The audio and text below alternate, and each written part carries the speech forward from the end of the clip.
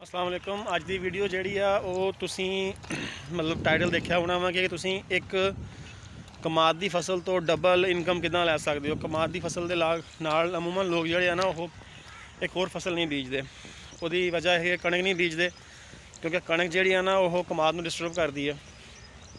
मैं इस बारी मक्की बीजी सी, मैं थोड़ा वही दिखाऊँगा कि मक्की ने किदां कमाद निकलिया।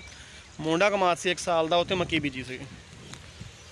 अच्छा जी, वो कमाद की फसल आ मोंडी जी पिछली बारी ये जरा ना गंदों बीजी गई सी पहली, क्योंकि कमाद के बेल बहुत ज़्यादा हो गई सी। तो कई बार स्प्रेयां करने के बावजूद भी वो बेल नहीं मुक्की सी विचों ना, जिन्होंने साढ़े इतने मकामी जुबान च माकड़ू कहते हैं। वह मैं लिंक थोड़ा डिस्क्रिप्शन दस दूँगा। वो तो मैं वीडियो भी बनाई सी।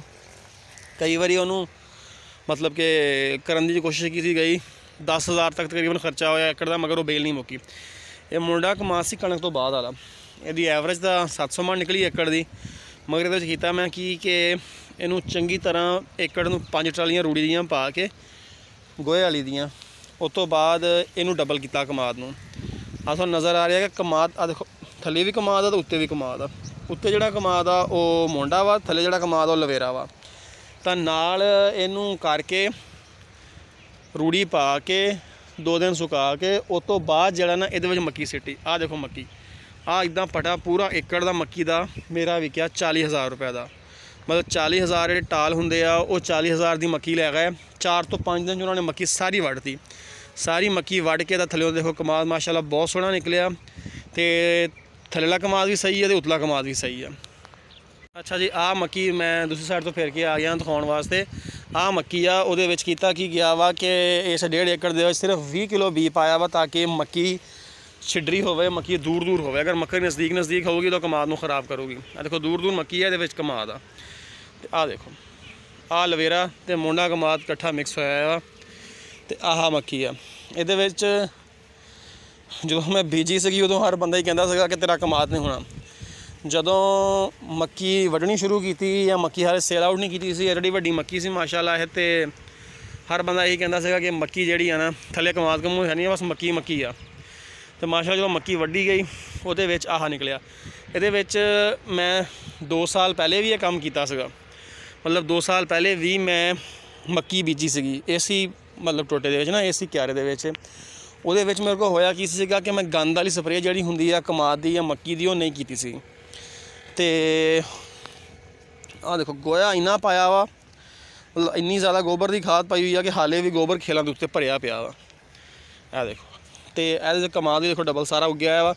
पिछली बार जो कमाद हल्का सा उत्ते मोंडा बहुत घट आ, मगर जो लवेरा वा वो माशाल्लाह बहुत सोहना उगया वा। तो पीस एक सिर्फ बचया वा, बाकी सारी वढ़ हो गई है।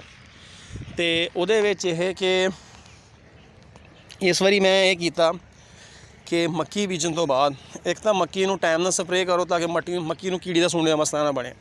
मतलब तीसरा पत्ता मक्की का निकले तो स्प्रे कर दिओ।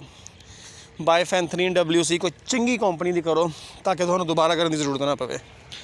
तो उस तो बाद जड़ा वा ये मैनू 3 मुसलसल स्प्रेयां कीतियां, मतलब 3 स्प्रेयां मुसलसल कीतियां गईयां वा इहदे उत्ते गंद वालियां। मतलब मक्की 5-5 फुट ते पहुंची फिर भी इत्ते स्प्रे की। औखा बंदा जरूर होंदा अंदर स्प्रे करन लगे, मगर उन्हें फायदा यह होंदा कि कमाद बच जाता वा।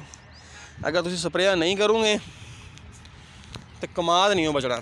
फिर घाह ही ना निकले होंदा वा कि बिल्कुल भी जड़ा वा ना वो वढ़न लगे कमाद नाल वढ़ हो जाता वा।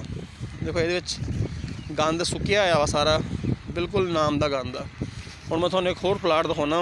यह देखो जो प्लाट है ना मक्की का, ये मक्की भी घट वा, मतलब मक्की तो पूरी सिटी गई है, हल्का हल्के बीज सिटिया गया, मगर ये घाह बहुत ज़्यादा वा। कमाद नज़र नहीं आता। इनू जड़ा वा ना गंद वाली स्प्रे बिल्कुल भी नहीं की गई।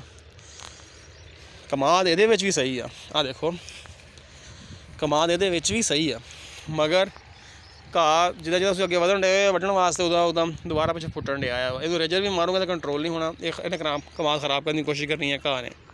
अगर फार्मर गंदम की बजाय जड़ा वा ना वो मक्की बीजे तो मेरा ख्याल है कणक भी इन्नी निकलती है 40-50 हज़ार की, तो ज़्यादा कणक नहीं निकलती कमाद वाली जी होंगी है।